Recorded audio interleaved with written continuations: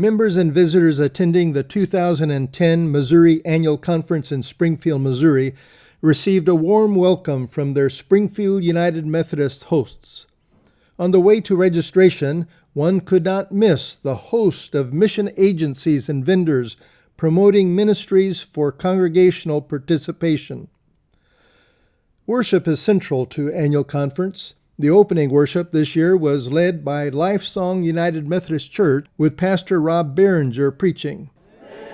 The first business session opened with the extended cabinet leading the singing of "And Are We Yet Alive?", the traditional opening hymn of annual conferences.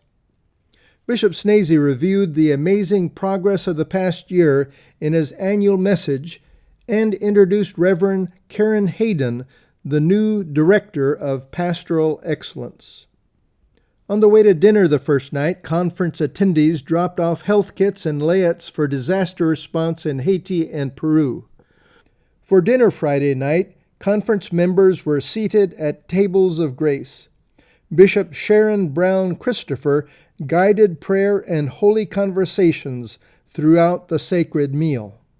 Reverend Michael Slaughter, pastor of the Ginghamsburg United Methodist Church, urged the conference to build disciples and change the world.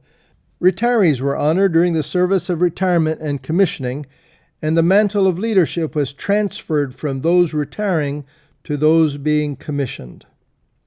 Ordination is always a high point of conference.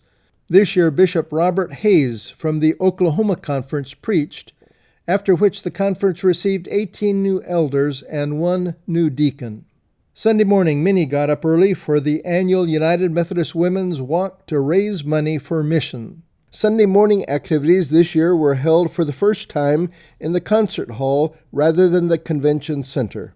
During the bishop's learning time, Bishop Snazy introduced his new book, 5 Practices of Fruitful Living. Reverend Robin Roderick stirred the congregation with her sermon through which she urged everyone to really look for Jesus with the expectant faith of Simeon.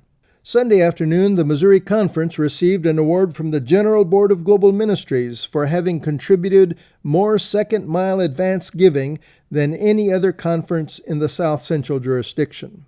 Sunday evening, the youth led the conference in worship.